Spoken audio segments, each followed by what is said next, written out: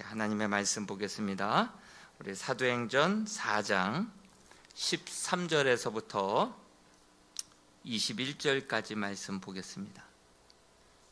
사도행전 4장 13절에서부터 21절까지 말씀 찾으셨으면 한 절씩 교독하도록 하겠습니다. 13절부터 한 절씩 읽겠습니다.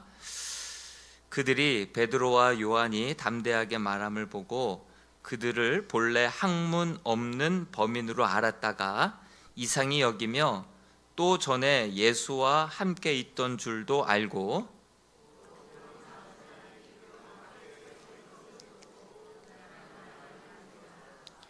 명하여 공회에서 나가라 하고 서로 의논하여 이르되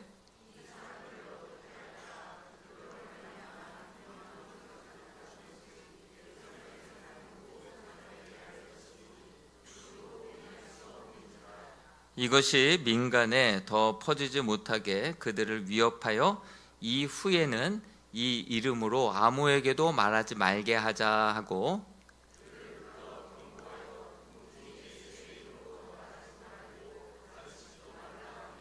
베드로와 요한이 대답하여 이르되 하나님 앞에서 너희의 말을 듣는 것이 하나님의 말을 듣는 것보다 옳은가 판단하라.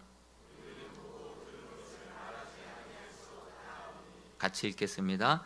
관리들이 백성들 때문에 그들을 어떻게 처벌할지 방법을 찾지 못하고 다시 위협하여 놓아주었으니 이는 모든 사람이 그 된 일을 보고 하나님께 영광을 돌림이라. 아멘. 할렐루야. 오늘은 학문 없는 범인이라고 하는 제의 말씀을 함께 나눌까 합니다. 요즘 뉴스를 보든 또 SNS 이렇게 또 핸드폰을 보든 고 이선균 배우의 자살 소식으로 거의 뉴스를 도배하는 것을 보게 됩니다. 계속 랭킹 1, 2, 3위 계속 이 고인이 되신 이 배우에 대한 이야기들로 가득 차 있습니다. 배우의 안타까운 자살로 정말 투약 혐의는 이제 공소권 없음이 되어 버렸죠. 수사는 종료하게 되었죠. 요즘 계속해서 새벽마다 또 잠언의 말씀을 묵상하는데 잠언의 이 말씀에 시선이 딱 멈춰 서게 되더라고요. 잠언 29장 3절 그리고 24절에서 25절까지를 같이 한번 읽어봤으면 좋겠습니다. 잠언 29장 3절 말씀 그리고 3절부터 한번 같이 읽어보겠습니다. 시작. 지혜를 사모하는 자는 아비를 즐겁게 하여도 창기와 사귀는 자는 재물을 잃느니라. 24, 25절도요. 도둑과 짝하는 자는 자기의 영혼을 미워하는 자라. 그는 저주를 들어도 진술하지 아니하느니라. 사람을 두려워하면 올무에 걸리게 되나니 여호와를 의지하는 자는 안전하리라.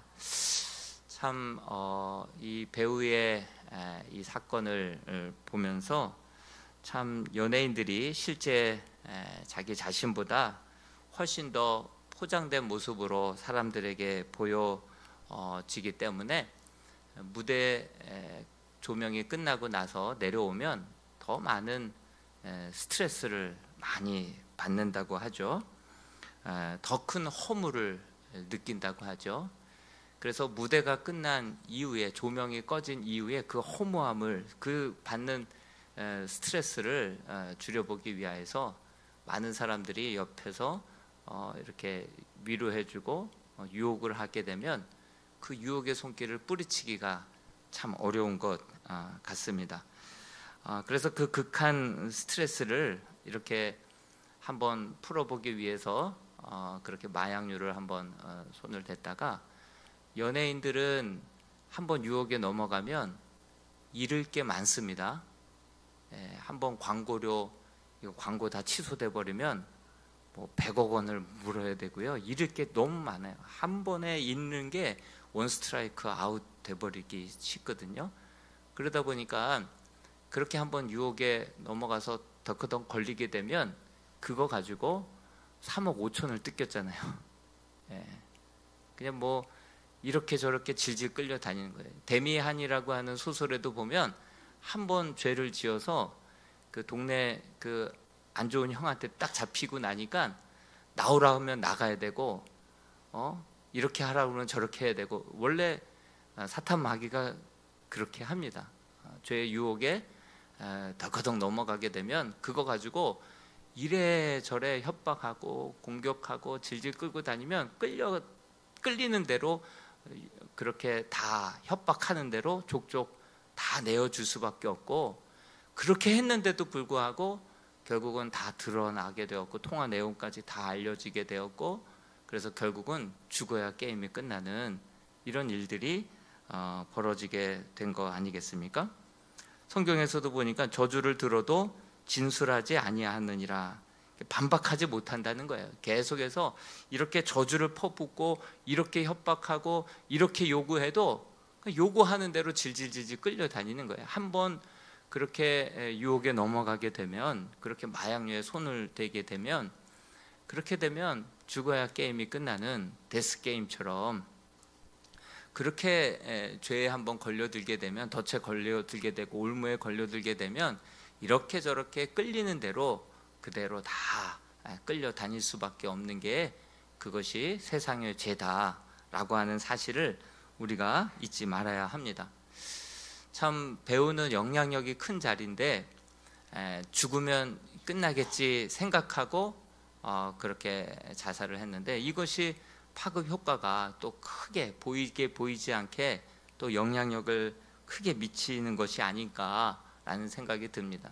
또 이렇게 죽으니까 공소권 없음으로 수사 종료가 돼버리고, 또 죽음이 되게 또 미화가 되고, 되게 또 사람들의 동정 심리까지도 불러일으키면서, 이러한 영향이 또 다른 사람들에게도 이런 어려운 일이 있으면 죽어야 끝난다, 죽자, 이런 이제 영향을 또 미치게 되지 않을까 심히 우려가 됩니다. 여러분, 사실 죽으면 끝입니까? 절대로 끝나지 않습니다. 죽으면 끝이 아닙니다. 죄의 삭은 사망이요, 그 이후에는 심판이 있으리니 성경은 분명히 말하고 있습니다. 죽는다고 묻혀지거나 끝나지 않습니다. 반드시 죄의 삭은 사망이지만 그 이후에는 심판이 있다라는, 그리고 그 가족들은 얼마나 평생 눈 감기 전까지 얼마나 고통 가운데 있어야 되겠습니까? 가족들 고통, 또 죽는다고 끝이 절대로 아니라는 사실 우리가 기억하고, 오늘 이 성경 말씀처럼 참 지혜가 무엇입니까? 지혜가 뭐 똥인지 된장인지 먹어봐야 아는 것입니까? 미리 성경이 다 나와 있어요. 성경에 다 나와 있어요. 정말 그 지혜를, 하나님의 말씀을, 아비와 어미의 훈계를 정말 가볍게 들었다가 대수롭지 않게 여겼다가 한번 손댄 것이 이렇게 큰 값을 지불하게 되는 이런 일들이 있다는 것을 기억하면서, 정말 우리 사랑하는 청년들, 지난주에는 우리 소년부 아이들이 많이 참석하셨는데, 오늘은 우리 중등부 친구들이 이렇게 많이 참석을 했어요. 1박 2일 지금 프로그램 중에 있는데, 우리 청년들, 다음 세대들이 정말 하나님의 말씀을 가볍게 여기지 않고 주의 교훈과 훈계로 마음을 지키고, 성경에 분명히 이렇게 말하고 있어요. 시편 119편 6절에 청년이 무엇으로 그 행실을 깨끗하게 하리이까? 주의 말씀으로 행실을 깨끗하게 할 수 있다. 말씀을 늘 마음에 새기고 묵상하고 암송하고 그것을 마음에 담아둔 자는요, 죄의 유혹에 혹시라도 그 유혹에 노출이 된다 하더라도 내 마음을 지킬 수 있다는 거예요. 또 11절 말씀에도 내가 주께 범죄치 아니하려 하여 주의 말씀을 내 마음에 두었나이다. 내가 말씀을 읽고 묵상하다 보면 어느덧 말씀은 살았고 운동력이 있어서 내 마음과 내 영혼과 내 인생을 지켜줄 줄로 믿습니다. 처음에는 내가 말씀을 붙드는 것 같지만 어느 순간부터 말씀이 나를 지켜주는 거예요. 죄악으로부터, 불순종으로부터, 불신앙으로부터 내 삶을 지켜준다라고 하는 사실이에요. 그것을 기억하면서 또 이 말씀도 있어요. 대저 의인은 7번 넘어질지라도 다시 일어나려니와 악인은 재앙으로 말미암아 엎드러지느니라.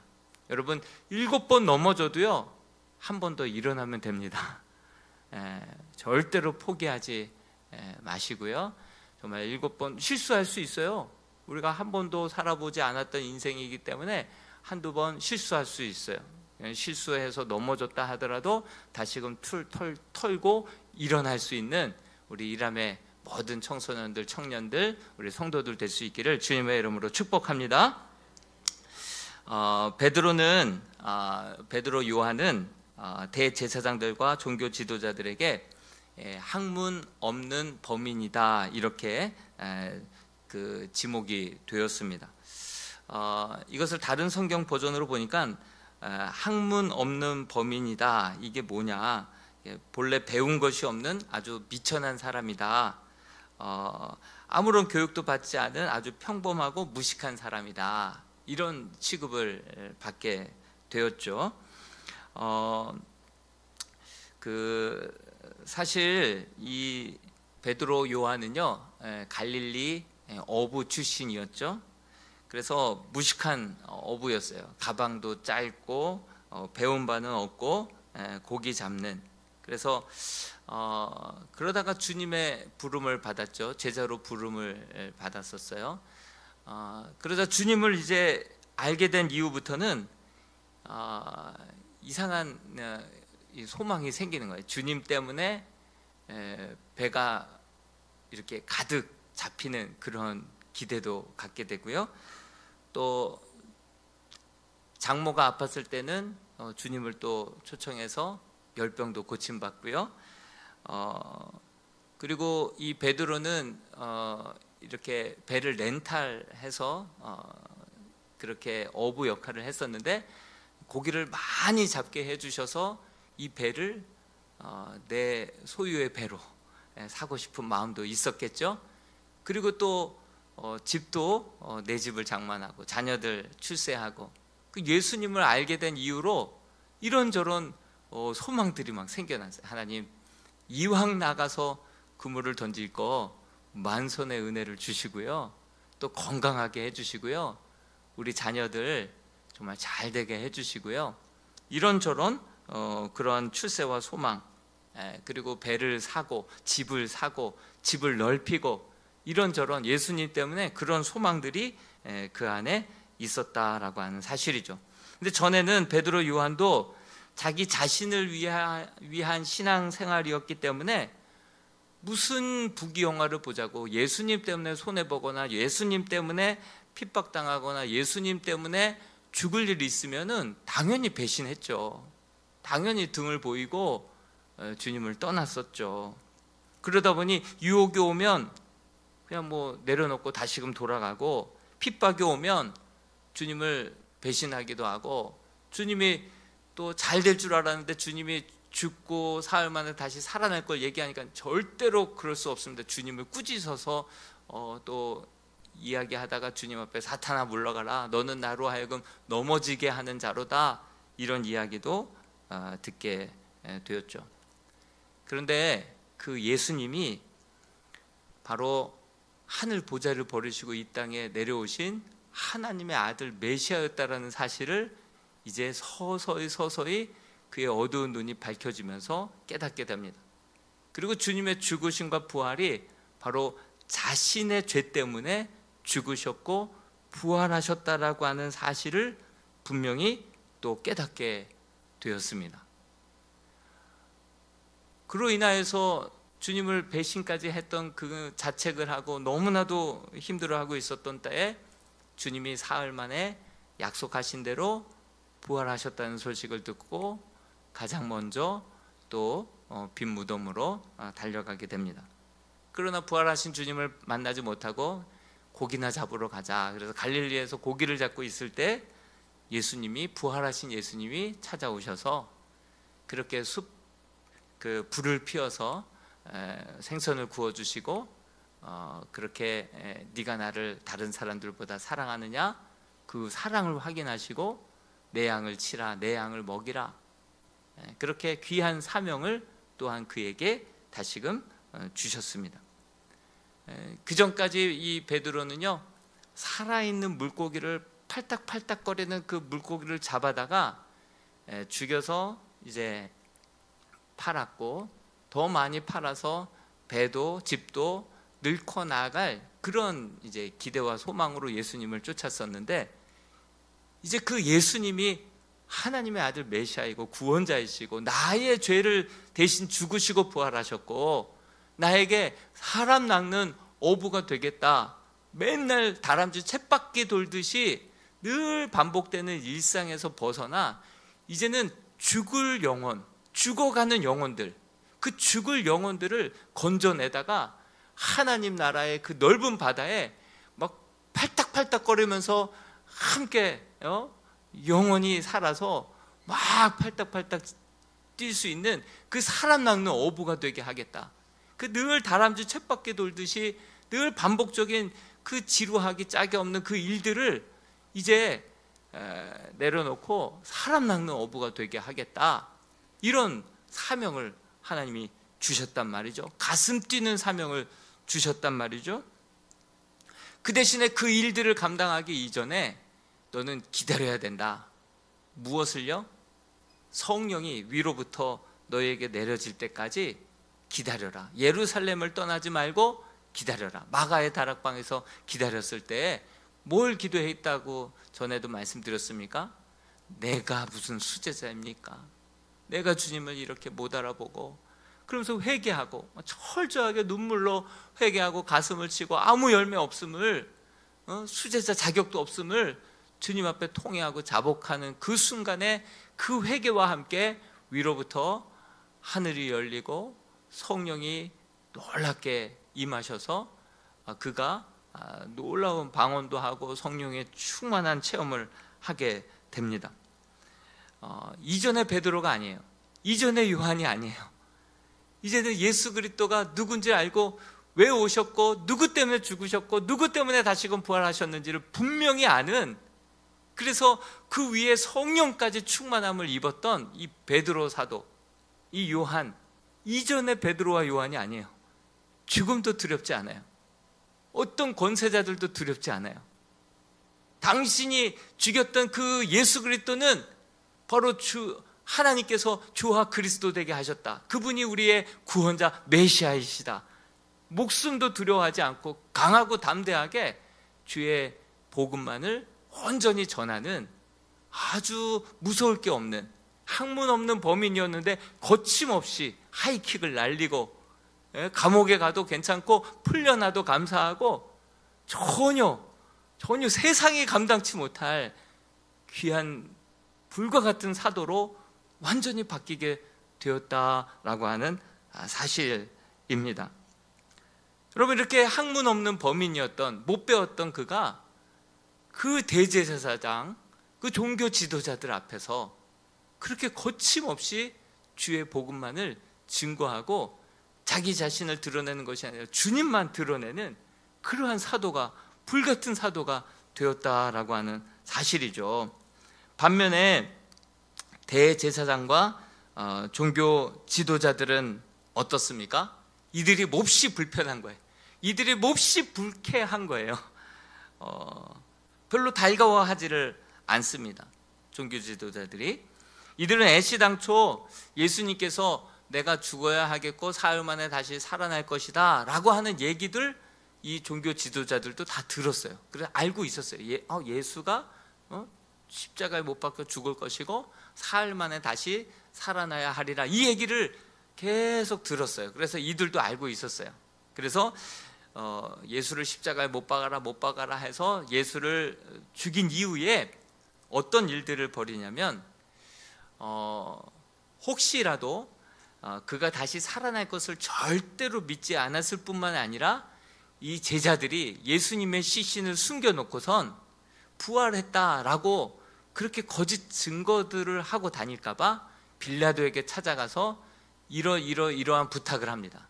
그 어떤 부탁을 했는지 한번 읽어볼까요? 마태복음 27장 62절에서 66절까지 말씀을 이 대제사장 종교 지도자들이 빌라도에게 가서 어떤 것을 걱정해서 어떤 부탁을 했는지 같이 한번 생각해 보면서 읽어봅시다. 62절부터 읽습니다. 시작. 그 이튿날은 준비일 다음 날이라 대제사장들과 바리새인들이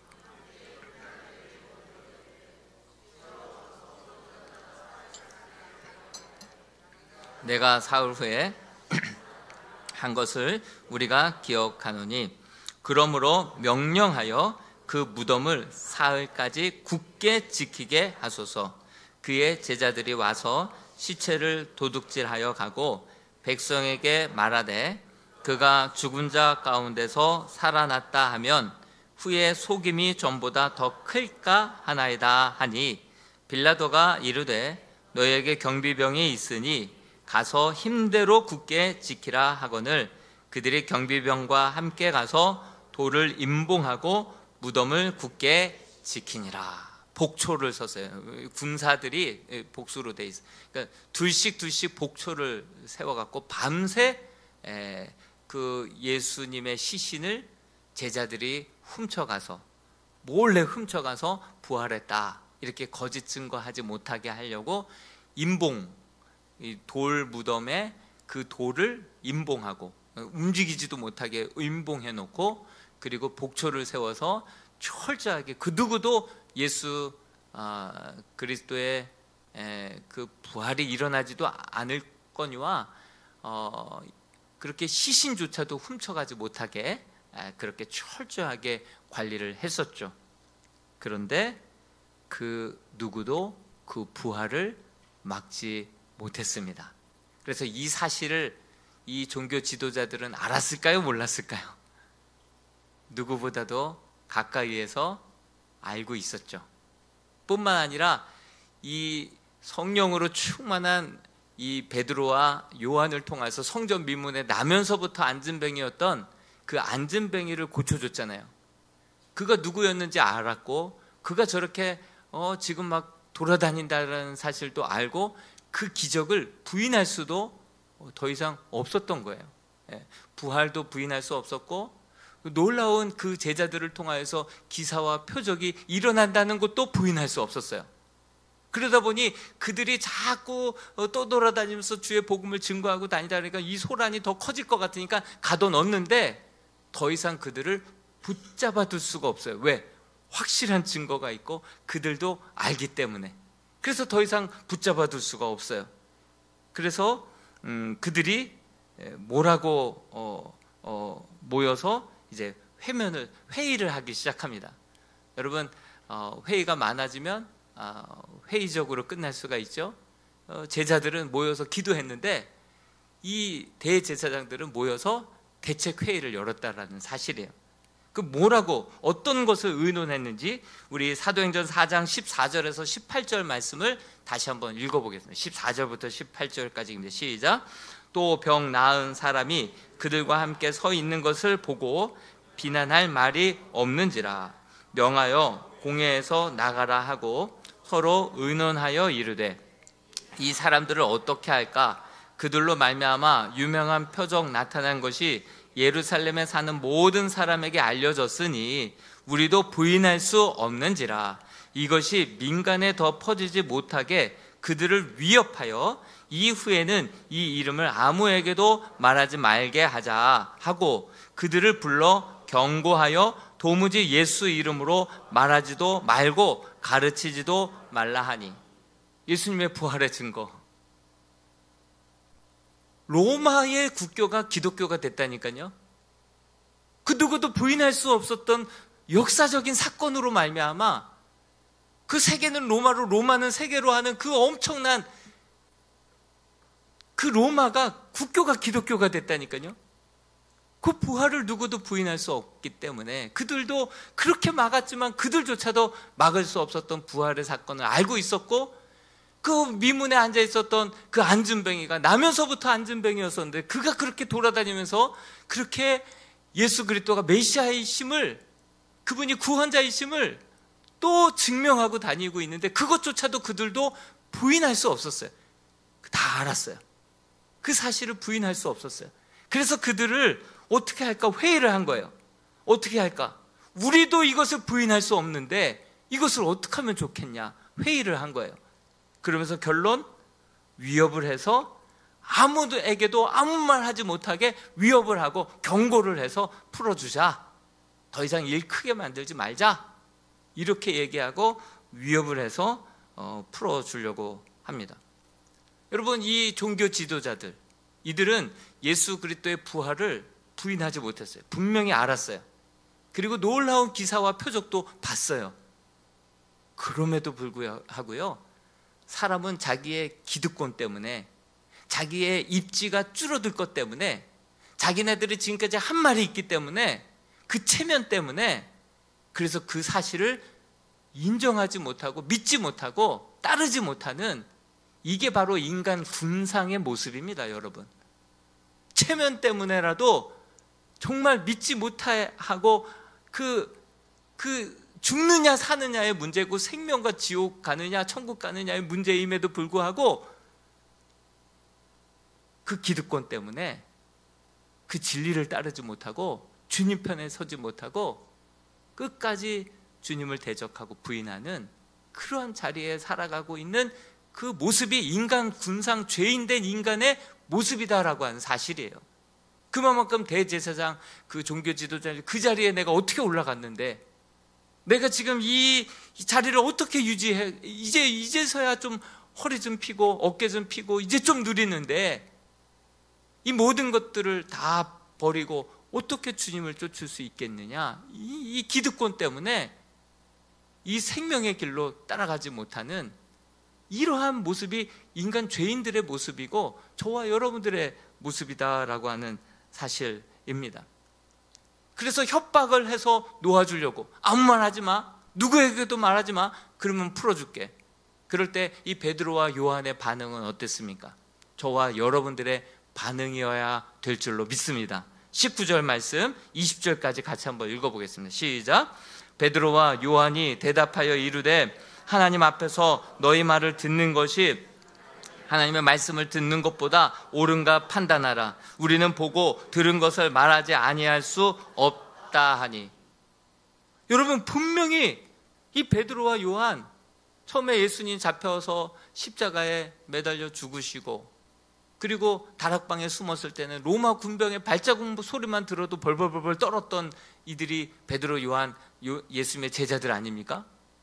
근데 어떻게 이렇게 담대해졌습니까? 왜 다른 사람이 되어버렸습니까? 예수 그리스도의 죽으심이, 예수 그리스도의 오심이, 그리고 그의 죽으심이, 그의 부활하심이 바로 나를 위한, 나를 살리기 위한, 나를 구원하기 위한 주님의 죽으심이었고 부활이었다라고 하는 사실을 분명히 믿었고, 그 위에 성령의 충만함을 경험하고 나자 그들의 삶이 180도 달라진 거예요. 죽음도 불사하고 그 어떤 누구도 두렵지 않는 그런 하나님의 귀한 일꾼으로, 나는 그분이 내게 말씀하시는 대로만 나는 말할 뿐이다. 내가 너희의 말을 들어야 되냐? 우리의 육체만 가두고 육체만 죽일 수 있는 너희의 말을 듣는 것이 옳으냐? 아니면 영과 우리의 육까지 동시에 다 멸하실 수 있는 하나님의 음성을 듣는 것이 옳으냐? 그러면서 담대하게 일어나서 이렇게 복음을 전하는 거예요.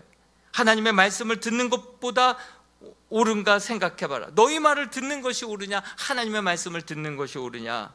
우리는 보고 들은 것을 말하지 않을 수 없다. 이렇게 외치고 고백하고 있다라고 하는 사실이죠.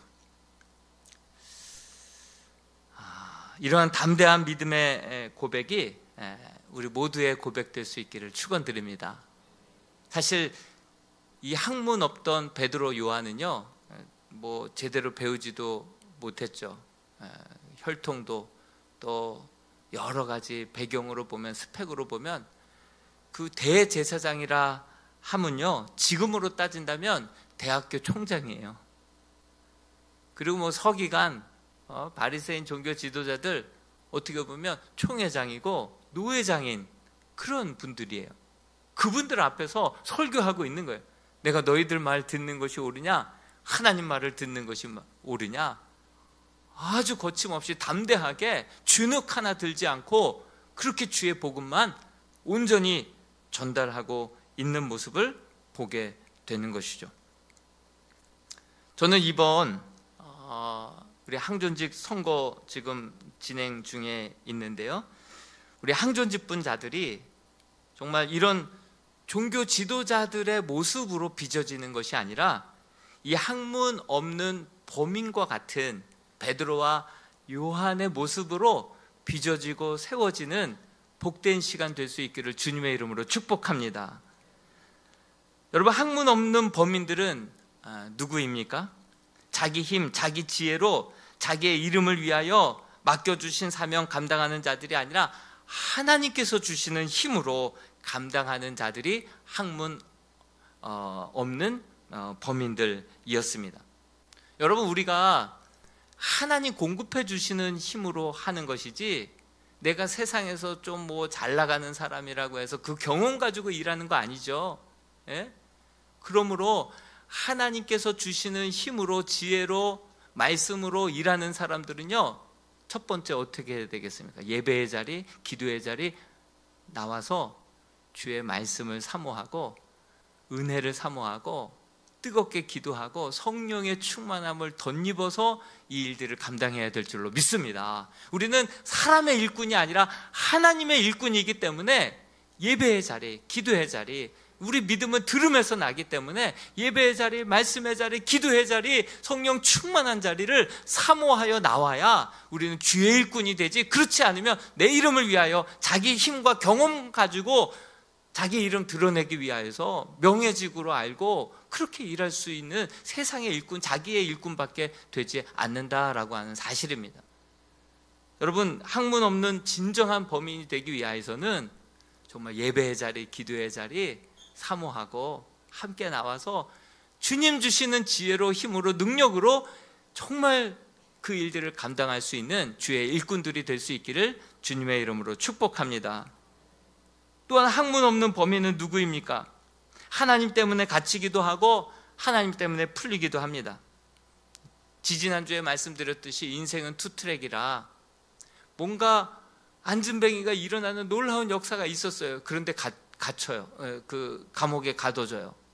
그 감옥에 가둬져서 막 슬퍼하고 있는데 5,000명씩 막 그렇게 주님을 따르겠다는 사람들이 막 부흥의 역사가 막 일어나는 거예요. 그러니까 인생은요, 오르막길 올라갔다가 또 내리막길이고, 내리막길 내려갔다 싶었을 때 또 다시 오르막길이 있고, 이 인생 투트랙인 거예요. 항상 우리는 어려운 일 당했을 때 낙심하지 말고 그럴 때 더 겸손하게 기도해야 되고, 또 좋은 일이 있었을 때 그것을 자기 자랑으로 교만하게 생각할 것이 아니라 하나님 앞에 가지고 나와서 하나님께 영광을 올려드리고 하나님께 감사할 수 있는 자들이 되어야 될 줄로 믿습니다. 학문 없는 이 범인들은요, 가둬도 감사했고 풀려나도 기뻐했고, 정말 하나님께서 더 겸손하게 주를 깨어서 섬기라고 나에게 이렇게 어려움을 주시는구나, 그리고 고난도 기쁨으로 감사로 받았고, 또 형통한 날에는 하나님 앞에 찬송하고 감사하고 기뻐했던 그러한 자들이 학문 없는 범인이었다라고 하는 사실이죠. 또한 이해관계 때문에, 환경 때문에 사명을 감당했다가 버렸다가 하지 않고 정말 주께서 가라 하면 가고 주께서 멈추라 하면 멈추고 주님께서 말씀 주시면 전하고. 여러분, 그 항존직 함께 가시겠습니까? 제가 이렇게 전화하면서 이렇게 분들에게 연락을 드려 보니까 제가 어떻게 합니까? 하는 분들이 많아요. 사실 진짜 주의 일꾼들은요, 하나님이 힘 주시는 만큼만 하면 되는 거예요. 순종이 정말 일꾼들의 가장 중요한 요소죠. 그러니까 하나님께서 힘 주시면 한 걸음 가고요, 안 주시면 뭐 어쩔 수 없죠. 근데 힘 주시는 만큼만, 또 말씀 주시는 만큼만, 감당할 수 있는 힘 주신 만큼만 감당하면 된다, 이렇게 말씀을 드리곤 했습니다. 학문 없는 범인들은요, 주께서 말씀을 주시면, 전하라 주시면 내가 그것을 전하지 않고는 견딜 수 없다. 그 말씀만 온전히 전했죠. 하나님 힘 주시면 그 힘 가지고 하면 되고, 지혜 주시면 그거 가지고 감당하면 되고요, 말씀 주시면 그거 전하면 되고요, 감동 주시면 그거 순종하면 되는 줄로 믿습니다. 하나님 은혜 주신 만큼 우리는 감당할 수 있는 주의 종들이다라고 하는 사실이죠. 우리 이람의 성도들이, 또 우리 항존 집분자들이, 우리 다음 세대들이 이렇게 학문 없는 범인들처럼 정말 세상이 감당치 못할 자들로 빚어지고 세워질 수 있기를 바랍니다.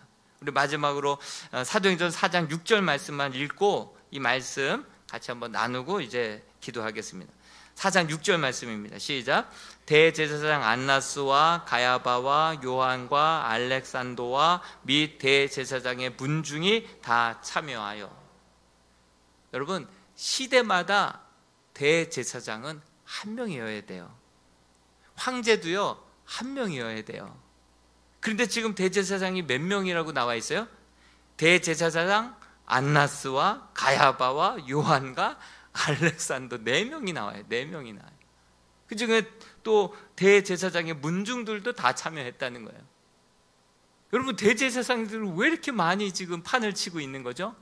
왜 이렇게 많죠? 다 왕들과 야합을 하고 돈을 주고 대제사장을, 그 영적인 그 제사장의 직분을 산 거예요. 산 거예요. 그러니 대제사장들이 이렇게 많을 때는 6명도 있었어요. 더군다나 어렵게 돈을 뇌물을 주고 산 자리이기 때문에 이거 어떻게 그냥 나 때만 감당하다가 또 물러납니까? 자기 자녀에게 줘야죠. 아들이 없으면 사위에게 줘야죠. 안나스와 가야바는 장인 어르신과 사위의 관계예요. 또 요한과 알렉산더는 친척 관계예요. 계속해서 세습까지도 일어나고 있는 거예요. 여러분, 우리가 항존 직분자들이 저희 교회에 지금 장로, 안수집사, 권사님 총 76명이에요.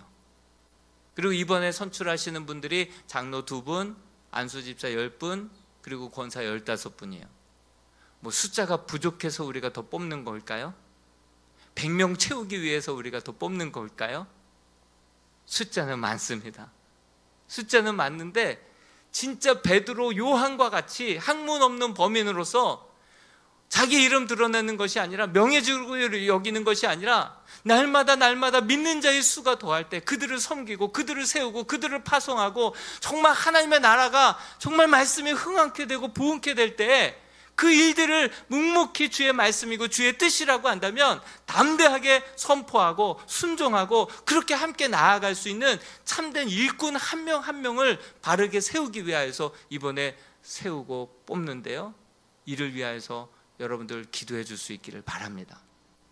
직분 받고 명예직으로 알고 예배의 자리도, 기도의 자리도, 봉사의 자리도 보이지도 않는 그러한 항존 직분자들 말고, 대제사장들처럼 그 체면 때문에 명예직으로 알고 숫자는 많지만 그 역할을 감당하지 못하는 분들 말고, 진정 베드로와 요한과 같이 작은 숫자이지만 진정코 예배에 목숨 걸고 정말 기도의 자리에 나와서 하나님의 은혜와 하나님의 감동을 받고 주의 말씀이 있고 주의 뜻이라고 한다면 정말 감옥에 가더라도 또 풀려나온다 할지라도 하나님께 영광 돌리고 내 이름 드러내는 것이 아니라 하나님의 이름 드러내며 함께 나올 수 있는, 정말 다른 사심이 아니라 진정 하나님의 나라와 복음을 위하여서 죽기도 하고 살기도 할 수 있는 그런 학문 없는 범인들이 세워지고 빚어질 수 있는 그러한 시간, 그러한 연말과 연초가 될 수 있기를 주님의 이름으로 축복합니다. 세상이 감당할 수 없는 그러한 우리 믿음의 제자들로 우리 중등부가, 우리 청년들이 세워지고 빚어질 수 있게 되기를 주님의 이름으로 축복합니다.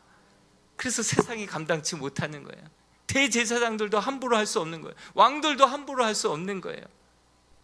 그러한 세상이 감당치 못할 그러한 믿음의 제자들로, 베드로, 요한과 같은 사도들로, 불같은 사도들로 빚어지고 세워질 수 있는 우리 이람의 모든 성도들이 될 수 있기를 주님의 이름으로 축복합니다. 같이 한번 이 찬